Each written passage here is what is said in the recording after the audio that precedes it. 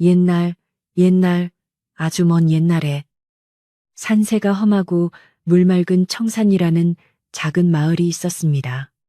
이 마을은 사계절 내내 아름다웠지만 겨울이 되면 매서운 바람이 골짜기를 타고 내려와 사람들의 옷깃을 여미게 만들었지요. 마을 어귀에 자리한 낡은 초가집에는 16살 소녀 연화가 병든 어머니와 단둘이 살고 있었습니다. 연화는 가난한 형편 속에서도 늘 미소를 잃지 않았고 이른 아침부터 산에 올라 나무를 캐며 부지런히 하루를 시작하곤 했답니다. 마을 사람들은 그런 연화를 보며 참으로 착하고 성실한 아이라고 칭찬하곤 했지요. 연안의 집마당 한편에는 오래된 우물이 하나 있었는데 겨울이면 그 주변이 꽁꽁 얼어붙어 물을 싣는 일조차 쉽지 않았습니다. 그래도 연아는 매일 아침 차가운 우물물을 길어다 어머니의 세수를 돕고 정성껏 미음을 끓여 대접했습니다. 부엌 아궁이에는 늘 작은 불씨가 살아있었지만 택감이 부족해 방 안은 겨우 온기만 돌 정도였지요. 하지만 연화는 자신의 얇은 저고리를 여미면서도 어머니가 추울까 걱정하며 낡은 이불을 덮어드리는 효심 깊은 딸이었습니다. 바람이 문풍지를 울릴 때마다 연화는 어머니의 손을 꼭 잡고 밤을 지새우기도 했지요. 연화에게는 가슴 깊이 간직한 보물 같은 돈 5냥이 있었습니다. 이 돈은 지난 1년 동안 산을 타며 귀한 약초를 캐고 이웃 마을의 길쌈을 도와주며 푼푼히 모은 전 재산이었습니다. 한 푼, 두 푼 모일 때마다 연화는 낡은 주머니를 만져보며 겨울이 깊어지면 어머니에게 꼭 따뜻한 보약을 한 첩 지어드리겠다고 다짐했습니다. 5냥은 연화에게 단순한 돈이 아니라 어머니의 건강이자 삶의 희망 그 자체였지요. 연화는 이 소중한 주머니를 옷 깊숙한 곳에 보관하며 매일 밤 잠들기 전 기도를 올리곤 했습니다. 그러던 어느 눈보라가 매섭게 몰아치던 깊은 겨울밤이었습니다. 사방은 고요하고 오직 바람 소리만이 창문을 흔들고 있을 때 대문 밖에서 희미한 신음소리가 들려왔습니다.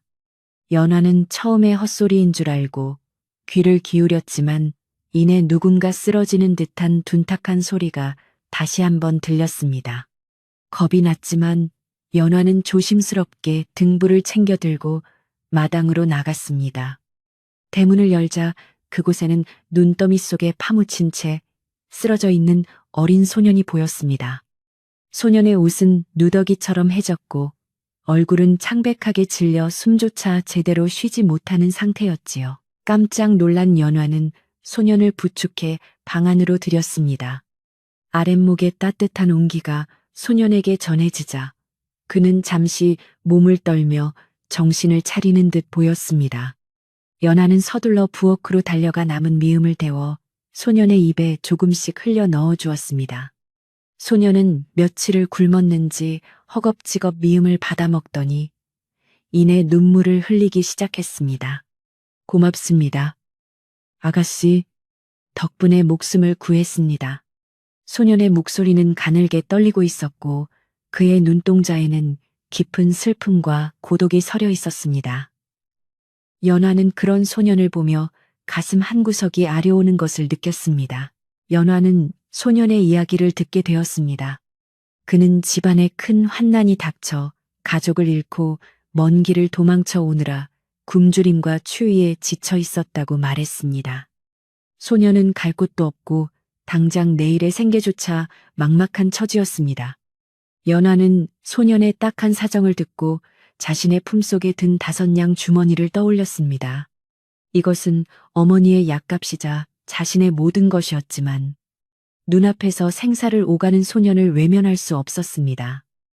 연화는 한참을 고민하다가 결국 결단을 내렸습니다. 사람의 목숨보다 귀한 것은 없다는 생각이 그녀의 마음을 단단하게 만들었기 때문입니다. 연화는 조심스럽게 품에서 5냥을 꺼내 소년의 손에 쥐어주었습니다. 이것으로 따뜻한 국밥도 사드시고 먼 길 가실 때 욕이라도 하세요. 비록 큰 돈은 아니지만 당신의 생명을 지키는 데 쓰이길 바랍니다. 소녀는 깜짝 놀라며 급구 사양했지만 연화는 환하게 웃으며 소년의 손을 감싸 쥐었습니다. 돈은 다시 모으면 되지만 사람은 한 번 잃으면 다시 볼 수 없지 않습니까? 부디 살아남아서 좋은 세상을 만나시길 빌겠습니다. 소녀는 연화의 고귀한 마음씨에 감동하여 소리 죽여 흐느꼈습니다. 그날 밤 연화의 작은 방에는 돈보다 따뜻한 진심이 가득했습니다. 다음 날 아침 소녀는 떠나기 전 연화에게 깊이 절을 올렸습니다. 아가씨의 은혜는 평생 잊지 않겠습니다. 나중에 반드시 아가씨의 이름을 기억하고 찾아오겠습니다. 소녀는 연화의 이름과 마을의 위치를 마음속 깊이 새기고는 눈 쌓인 길을 따라 멀어져 갔습니다. 연화는 소년이 시야에서 사라질 때까지 배웅하며 그가 무사히 목적지에 닿기를 기도했습니다. 이제 연화에게는 단 한 푼의 돈도 남지 않았지만 마음만은 그 어느 때보다 풍요로웠습니다. 비록 어머니께 드릴 보약은 미뤄졌지만 옳은 일을 했다는 자부심이 그녀의 지친 몸을 다시 일으켜 세웠습니다. 하지만 연화의 시련은 여기서 끝이 아니었습니다.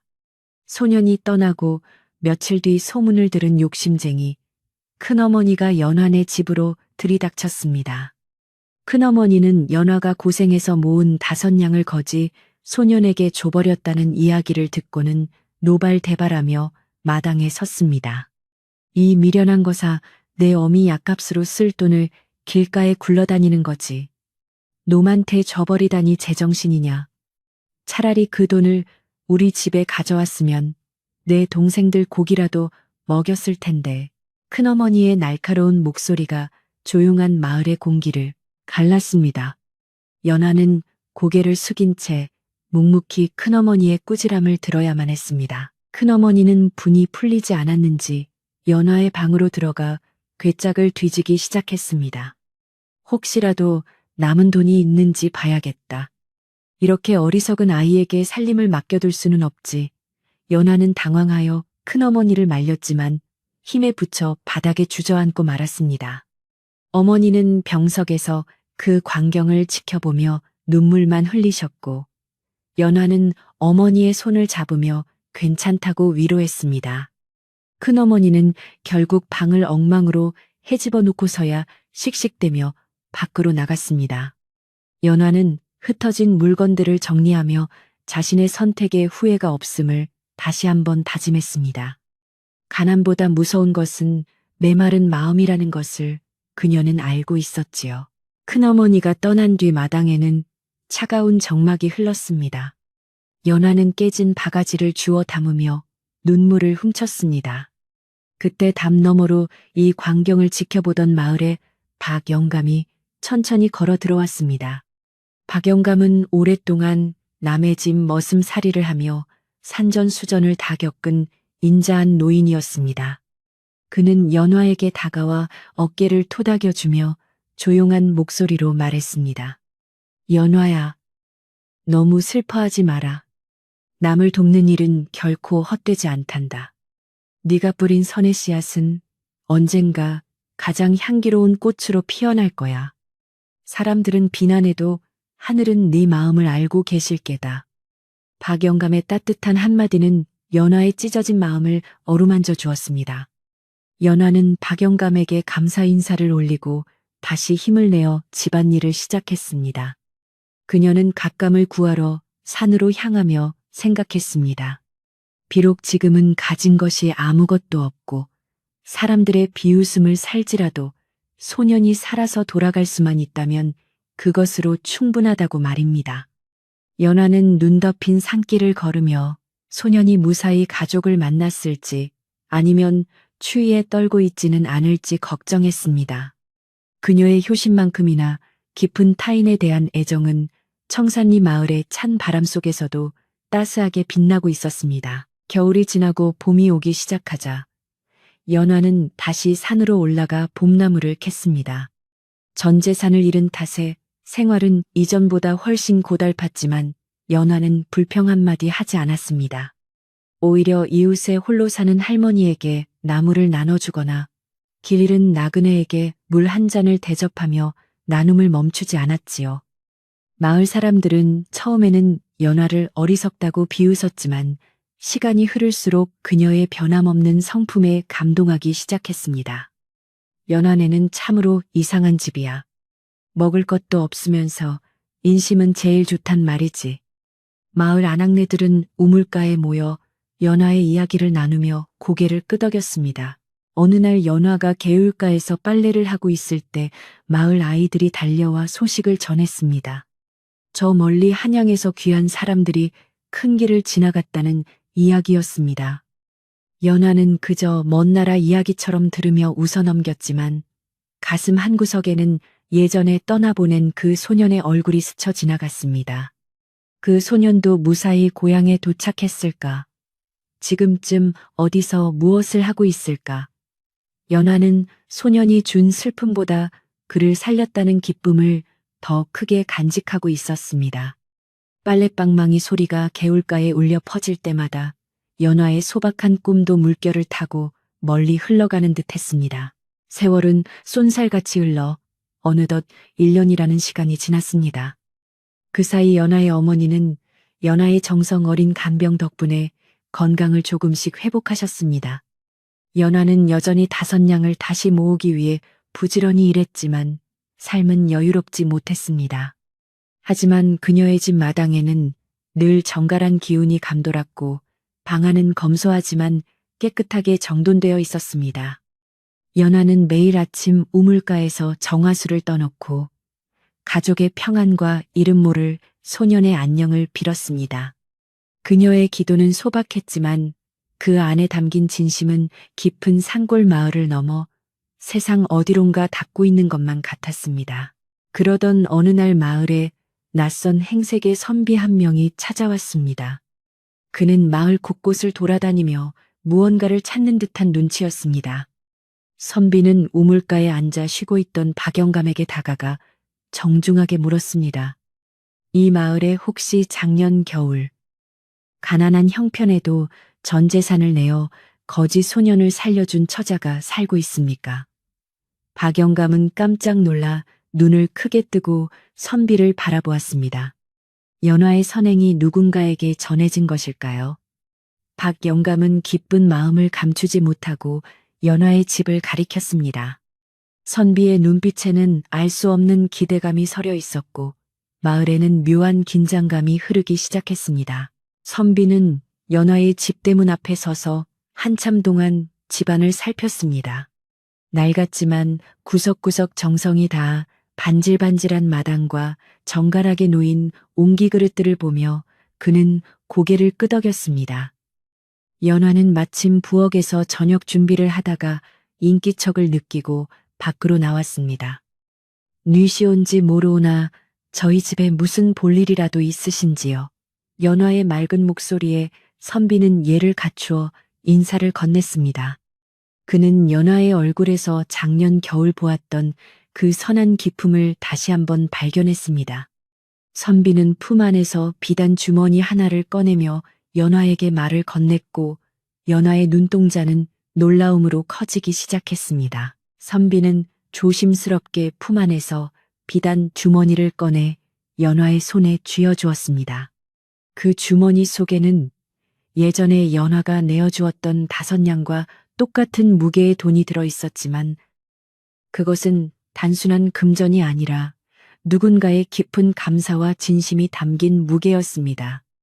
연화는 깜짝 놀라며 사양하려 했으나 선비는 단호한 몸짓으로 그녀의 손을 감싸며 말했습니다. 이것은 그분께서 전하시는 작은 보답일 뿐입니다. 그날의 5냥이 누군가에게는 천금보다 귀한 생명의 빛이 되었음을 잊지 마십시오. 연화는 떨리는 손으로 비단 주머니를 받쳐들고 한동안 말을 잇지 못했습니다. 선비가 떠난 뒤에도 연화는 마당 한복판에 서서 비단 주머니를 멍하니 바라보고 있었습니다. 이 소식을 전해 들은 욕심쟁이 큰어머니가 담벼락 너머로 고개를 내밀며 눈을 번뜩였습니다. 아니, 연화야, 방금 그 귀에 보이는 선비가 너에게 준 게 무엇이냐? 비단 주머니라니. 그 안에 혹시 금괴라도 든 게 아니냐? 큰어머니는 신발도 제대로 신지 못한 채 마당으로 뛰어들어와 연화의 손에 든 주머니를 낚아채려 했습니다. 연화는 황급히 주머니를 품에 숨겼지만 큰어머니의 탐욕스러운 눈빛은 이미 연화의 집 구석구석을 훑고 있었습니다. 큰어머니는 연화의 어깨를 강하게 흔들며 소리를 높여 윽박지르기 시작했습니다. 이 고약한 것, 내가 어디서 이런 귀한 물건을 훔친 게 아니냐. 가난한 집 처자가 이런 비단 주머니를 가질 리 없지. 어서 내놓아라. 내가 관가에 고발하기 전에 말이야. 큰어머니의 목소리가 커지자 마을 사람들이 하나둘씩 연안의 집대문 앞으로 모여들었습니다. 사람들은 수군거리며 연화의 행동을 의심스러운 눈초리로 바라보았습니다. 연화는 억울한 마음이 치밀어 올랐지만 어머니가 놀라실까봐 입술을 굳게 깨물며 아무런 대꾸도 하지 않고 묵묵히 서 있었습니다.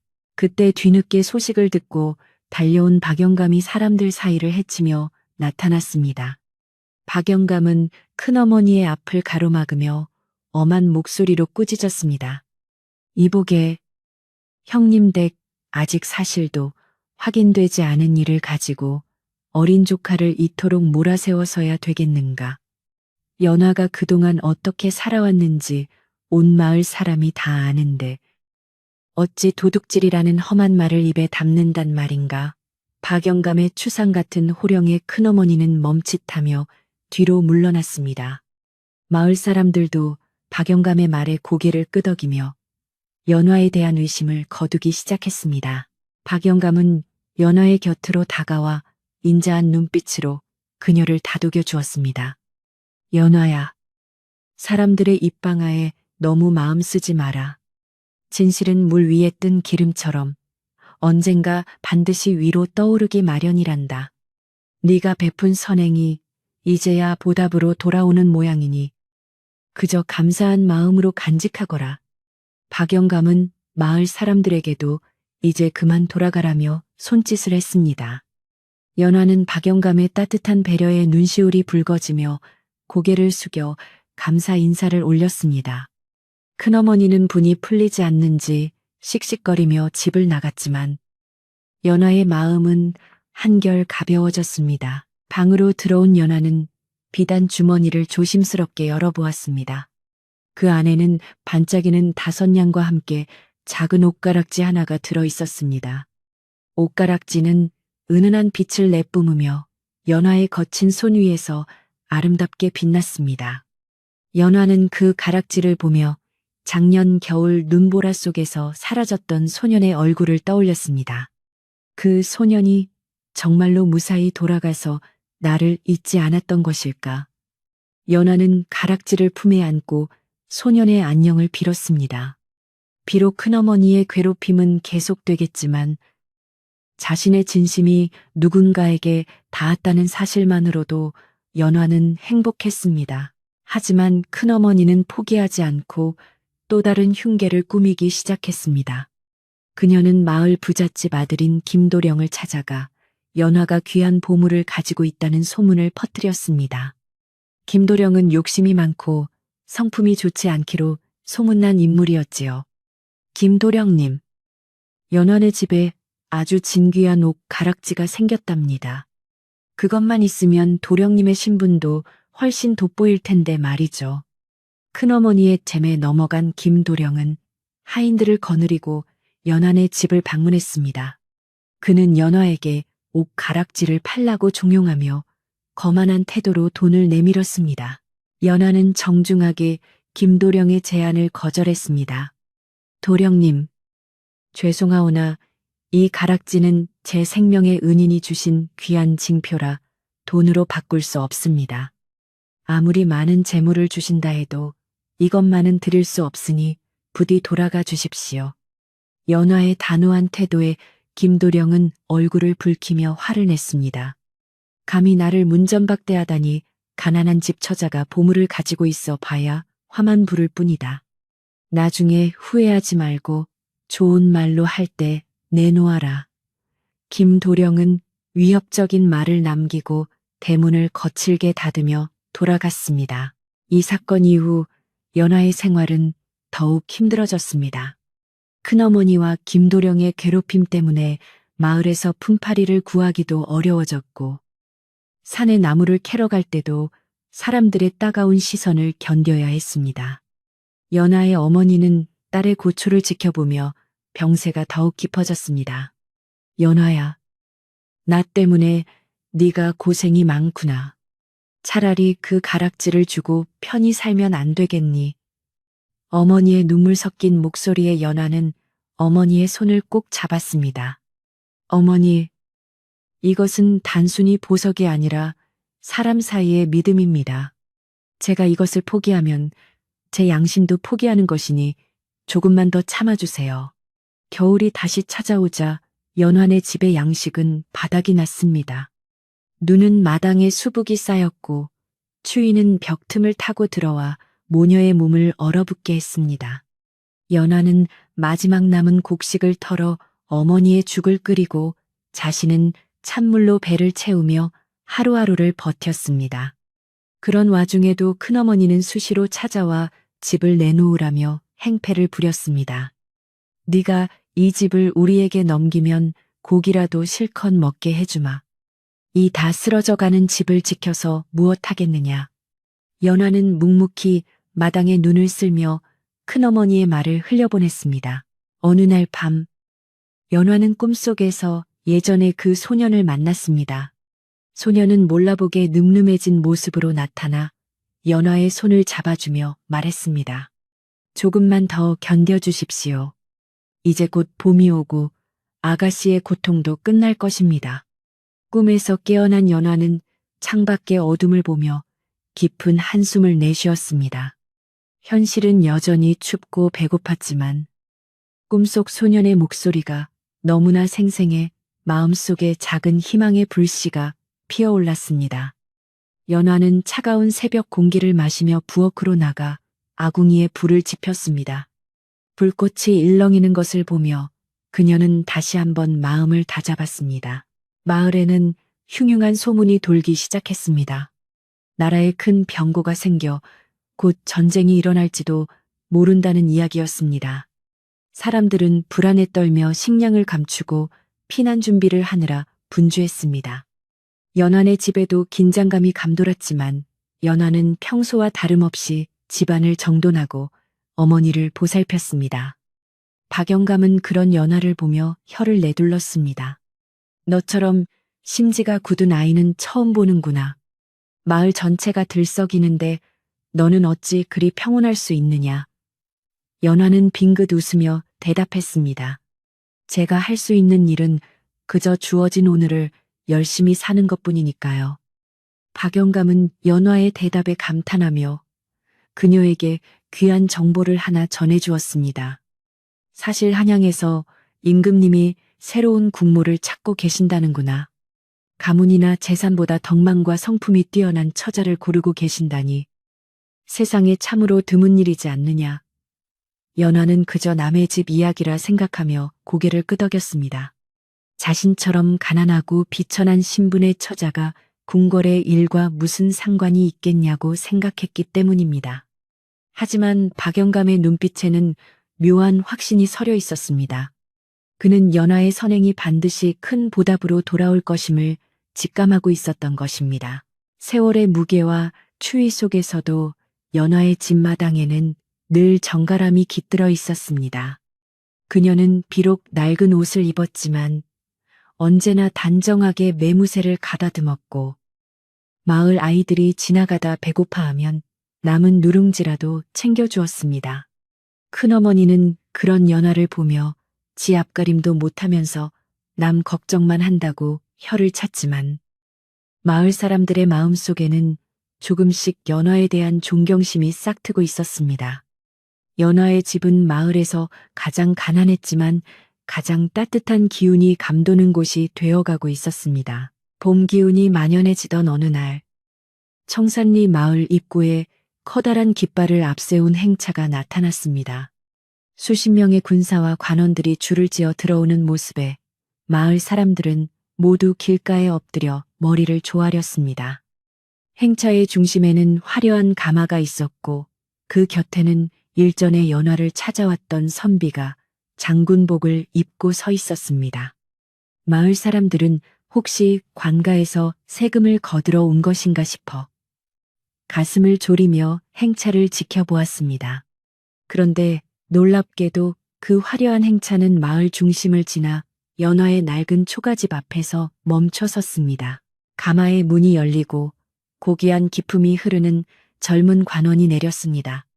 그는 연화의 집 대문을 바라보며 잠시 상념에 젖은 듯 하더니 천천히 마당으로 발을 들여놓았습니다.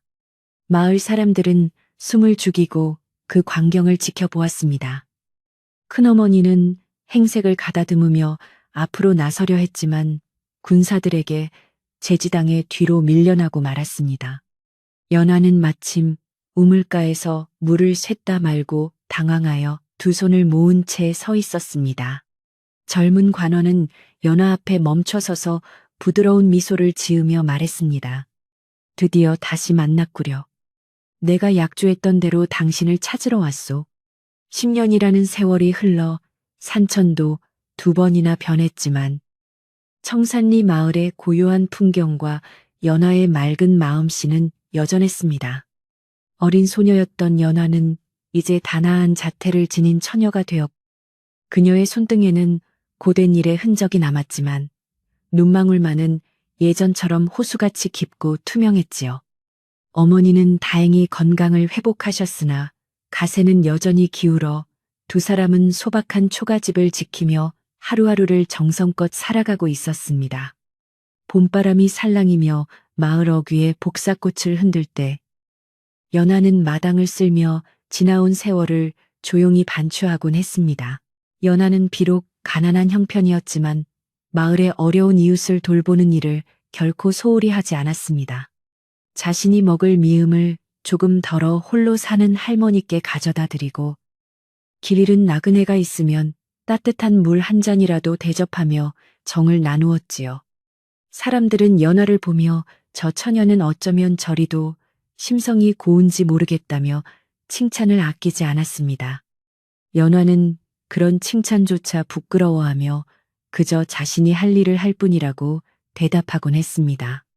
그녀의 일상은 소박했지만 그 안에는 타인을 향한 깊은 배려와 사랑이 가득 담겨 있었답니다. 그러던 어느 날 한양에서 내려온 소문이 온 마을을 들썩이게 했습니다. 나라의 임금님이 성군으로 칭송받으며 백성들을 다스리고 있는데 아직 국모의 자리가 비어 있어 전국의 처녀들 중 덕망 높은 이를 찾고 있다는 소식이었지요. 마을 사람들은 우물가에 모여 이 놀라운 이야기를 나누며 저마다 한마디씩 보댔습니다. 가문도 중요하지만 이번에는 성품과 덕을 가장 우선으로 보신다니 참으로 대단한 일이오. 소문은 꼬리에 꼬리를 물고 퍼져나갔고 청산리 마을의 처녀들도 혹시나 하는 마음에 거울을 한 번 더 들여다보게 되었지요. 특히 이 소식에 가장 귀를 기울인 사람은 연화의 욕심쟁이 큰어머니였습니다. 그녀는 자신의 딸을 궁궐로 보내 부귀영화를 누리게 할 궁리를 하기 시작했습니다. 큰어머니는 연화가 예전에 받았던 비단 주머니와 옷 가락지를 떠올리며 그것을 빼앗아 제 딸의 것으로 만들려고 계획했지요.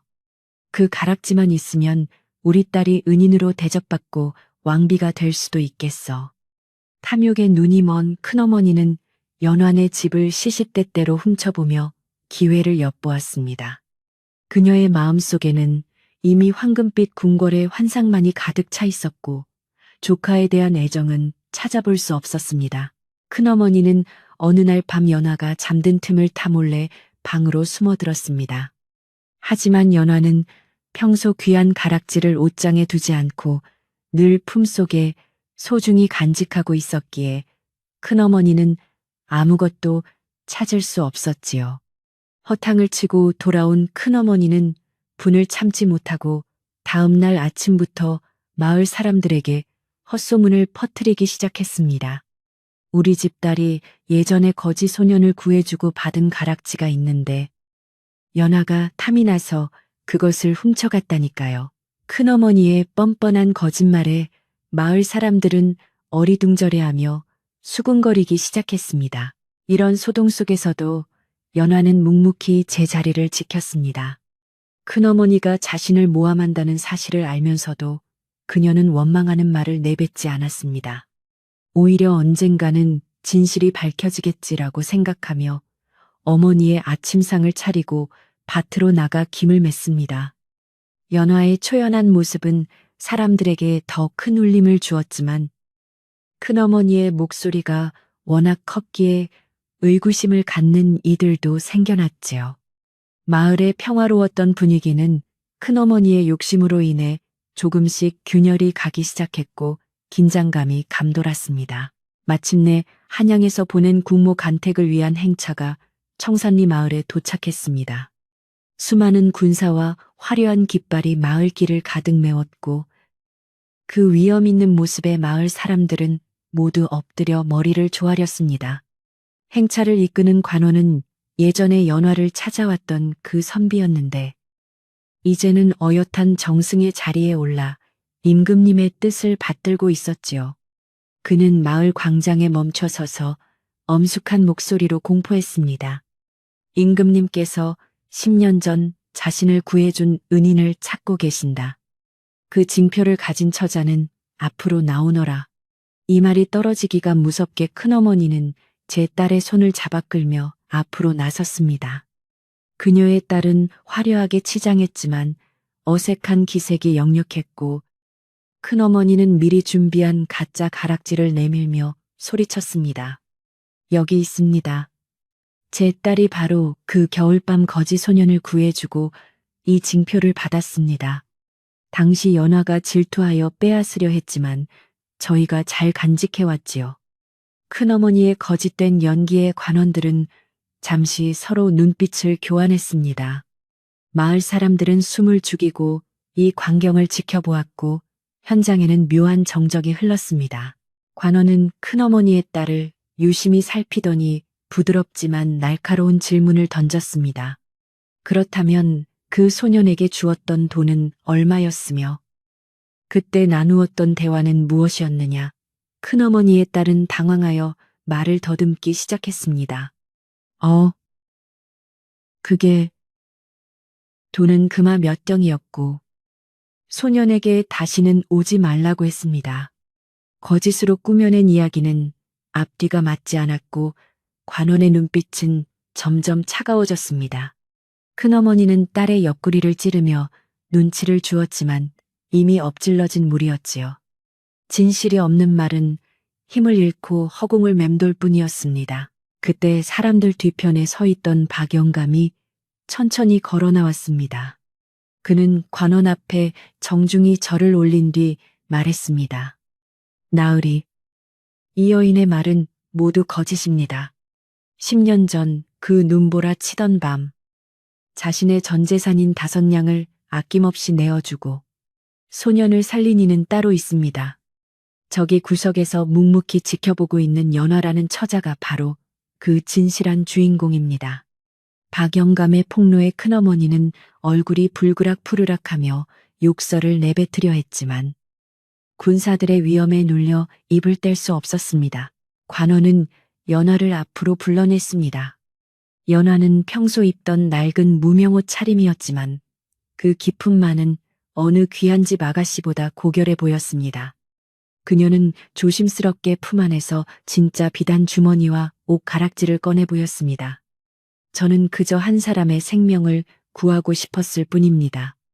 보답을 바라고 한 일이 아니기에 이 증표를 내놓기가 송구스러울 따름입니다. 연화의 진심 어린 목소리가 광장에 울려 퍼지자 관원은 가락지를 확인하고는 깊은 감탄사를 내뱉었습니다. 그것은 임금님이 직접 하사했던 세상에 단 하나뿐인 보물이었습니다. 관원은 연화 앞에 무릎을 꿇으며 예우를 갖추었습니다. 드디어 주인을 찾았습니다.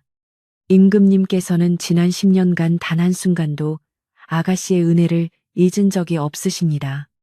이제 당신의 자리는 이 가난한 마을이 아니라 궁궐의 가장 높은 곳입니다. 마을 사람들은 이 놀라운 광경에 탄성을 질렀고 큰어머니와 그 딸은 부끄러움에 얼굴을 가린 채 도망치듯 자리를 떠났습니다. 연화는 갑작스러운 변화에 당황했지만 박영감이 곁에서 미소 지으며 고개를 끄덕여주자 비로소 안도의 한숨을 내쉬었습니다. 연화는 떠나기 전 병석에 누워있는 어머니의 손을 잡고 눈물을 흘렸습니다. 어머니, 제가 궁궐에 가서도 어머니를 모실 수 있도록 청하겠습니다. 부디 건강하게 기다려주세요. 어머니는 딸의 손을 토닥이며 대답했습니다. 너의 착한 마음이 하늘에 닿았구나. 나는 걱정하지 말고 네가 가야 할 길을 가거라. 너는 이제 한나라의 어머니가 될 사람이 아니냐. 연하는 마을의 낡은 집과 우물, 그리고 자신을 지켜준 박영감에게 마지막 인사를 올렸습니다. 청산리 마을에는 연화의 덕행이 전설처럼 퍼져나갔고 사람들은 그녀의 앞날을 축복했습니다. 화려한 가마가 연한의 집 앞에 멈춰섰습니다. 연화가 가마에 오르기 전 마을 아이들이 다가와 그녀의 옷자락을 잡으며 작별 인사를 건넸습니다. 연화는 아이들의 머리를 일일이 쓰다듬으며 나중에 꼭 맛있는 음식을 보내주마라고 약속했습니다. 그녀는 부귀영화를 얻게 된 기쁨보다 정든 고향과 이웃을 떠나는 아쉬움이 더 컸던 것입니다.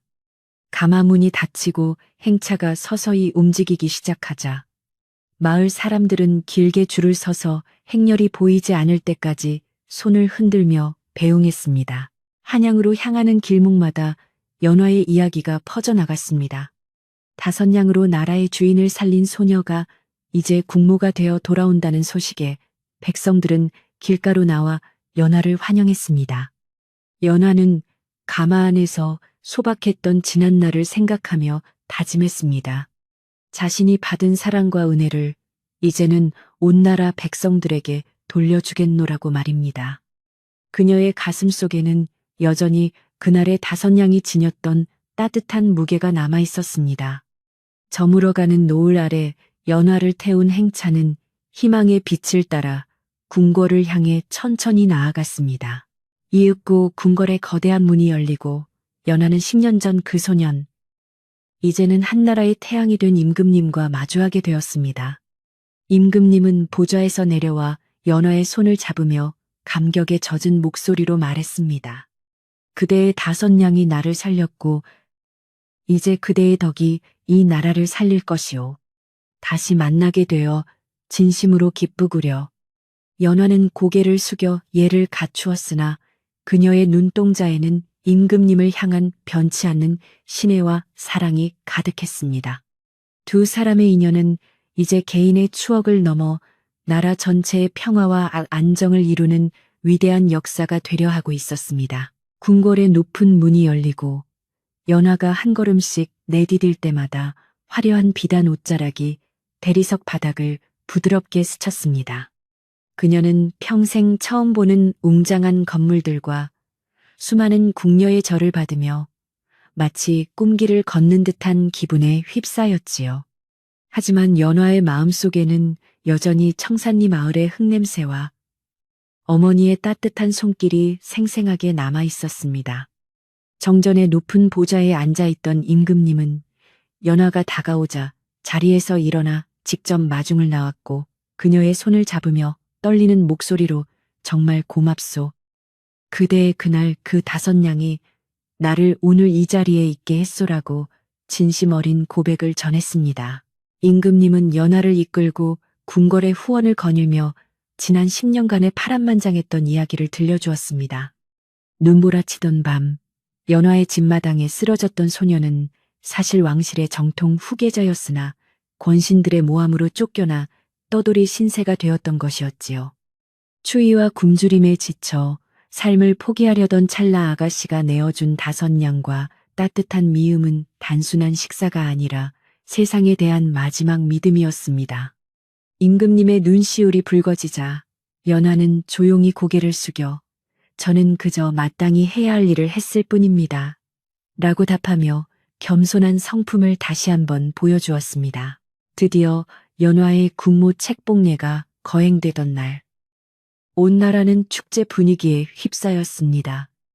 연화는 화려한 저기를 입고 머리에는 눈부신 관을 썼지만 그녀의 표정은 예전 청산리 마을에서 나무를 캐던 시절처럼 맑고 평온했습니다. 수많은 신료가 그녀 앞에 엎드려 충성을 맹세할 때 연화는 마음속으로 다짐했습니다. 나의 지위는 나를 위한 것이 아니라 고통받는 백성들을 위해 쓰라고 하늘이 주신 선물이다. 그녀는 왕비의 자리에 오른 후에도 호의호식하기보다 궁궐의 살림을 아껴 가난한 이들을 돕는 일에 앞장섰고 진정한 조선의 어머니로서 첫 발을 내디뎠습니다. 연하는 왕비가 된 직후 가장 먼저 전국의 창고를 열어 굶주린 백성들에게 곡식을 나누어 주라는 명을 내렸습니다. 그녀는 과거 자신이 겪었던 배고픔과 추위를 잊지 않았기에 백성들의 고통을 누구보다 깊이 이해하고 있었지요. 한 톨의 쌀이 누군가에게는 생명의 끈이 될 수 있음을 잊지 마라. 연하는 직접 궁녀들과 함께 옷감을 짜서 추위에 떠는 노인들에게 보내주기도 했습니다. 궁궐 안팎으로 연하의 인자함에 대한 소문이 자자해졌고 백성들은 그녀를 5냥의 기적을 만든 궁모라 부르며 진심으로 존경하고 따르기 시작했습니다. 어느 날 연화는 고향 청산리 마을의 소식을 듣게 되었습니다. 그녀는 자신을 도와주었던 박영감과 마을 사람들에게 은혜를 갚기 위해 귀한 선물과 편지를 보냈습니다. 박영감에게는 노후를 편히 보낼 수 있는 집과 전답을 하사했고 마을의 낡은 우물은 다시 깨끗하게 정비하도록 지원했습니다. 소식을 들은 마을 사람들은 연화가 왕비가 되어서도 우리를 잊지 않았구나라며 감격의 눈물을 흘렸습니다. 연화의 따뜻한 마음은 멀리 떨어진 산골 마을까지 전해져 차가운 겨울 바람을 녹이는 훈풍이 되었고 청산리는 다시 한번 희망으로 가득 차게 되었습니다. 한편 연화를 괴롭혔던 욕심쟁이 큰어머니는 연화가 국모가 되었다는 소식에 사색이 되어 집 밖으로 나오지 못했습니다.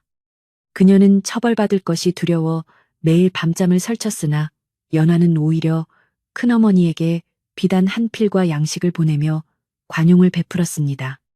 과거의 미움보다는 혈육의 정이 더 깊으니 부디 남은 생은 남을 돕는 마음으로 살아가시길 바랍니다. 연하의 너그러운 처사에 큰어머니는 자신의 지난날을 뼈저리게 반성하며 대성통곡했습니다. 복수 대신 용서를 택한 연하의 지혜는 궁궐 사람들에게도 큰 귀감이 되어 나라의 법도보다 높은 덕의 가치를 일깨워 주었습니다. 연하와 임금님은 서로를 아끼고 존중하며 나라를 다스렸습니다. 임금님은 국정에 어려운 일이 생길 때마다 연하의 조언을 구했고 연하는 백성들의 시각에서 현명한 답을 제시하곤 했습니다. 두 사람은 가끔 평복을 입고 민가를 시찰하며 백성들의 삶을 직접 살폈는데 연하는 길가에 굶주린 아이가 있으면 직접 밥을 먹여주며 예전의 자신을 떠올리곤 했습니다. 백성이 평안해야 나라도 평안한 법입니다. 연하의 목소리는 늘 부드러웠지만 그 안에는 나라를 지탱하는 강인한 신념이 담겨 있었습니다. 조선은 두 사람의 치세 아래 유례없는 태평성대를 맞이하게 되었습니다. 세월이 흘러 연하의 머리에도 하얀 서리가 내려앉았습니다. 그녀는 나이가 들어서도 늘 검소한 생활을 유지하며 아랫사람들에게 모범을 보였습니다. 궁궐의 작은 마당에는 연하가 직접 가꾸는 채소밭이 있었는데 그녀는 흙을 만지며 일하는 시간을 가장 행복하게 여겼습니다. 내가 누리는 이 모든 것은 백성들의 땀방울에서 나온 것이니 한순간도 소홀히 해서는 안 된다. 연하는 후손들에게도 항상 5냥의 교훈을 가르치며 작은 선행이 세상을 어떻게 바꾸는지 전해주었습니다.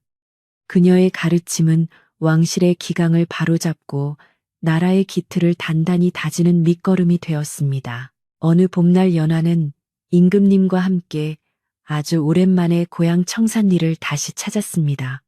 마을 입구에는 예전처럼 복사꽃이 흐드러지게 피어 있었고 사람들은 국모의 행차를 기쁨으로 맞이했습니다. 연화는 자신이 5냥을 내주었던 그 마당 앞에 서서 잠시 눈을 감았습니다. 그곳에는 이제 연화의 덕을 기리는 작은 비석이 세워져 있었지요. 이곳에서 시작된 작은 마음이 온 나라에 꽃 피웠으니 더 이상 바랄 것이 없습니다. 연화는 마을의 아이들을 안아주며 따뜻한 미소를 지었습니다. 고향의 흙냄새는 여전히 포근했고 그녀의 마음은 다시금 평화로움으로 가득 찼습니다. 연화가 마을을 방문했을 때 우물가에서 물을 갔던 여인들은 예전 연화의 모습을 떠올리며 이야기꽃을 피웠습니다. 그때 그 가난하던 처녀가 나라의 국모가 되어 돌아오다니 정말 하늘이 도운 일이야. 사람들은 연화가 베푼 선행이 결국 그녀 자신을 가장 높은 곳으로 이끌었음을 다시 한번 깨달았습니다. 연화는 마을 노인들의 손을 일일이 잡아주며 그들의 안부를 물었고 소박한 잔치를 열어 모두와 기쁨을 나누었습니다.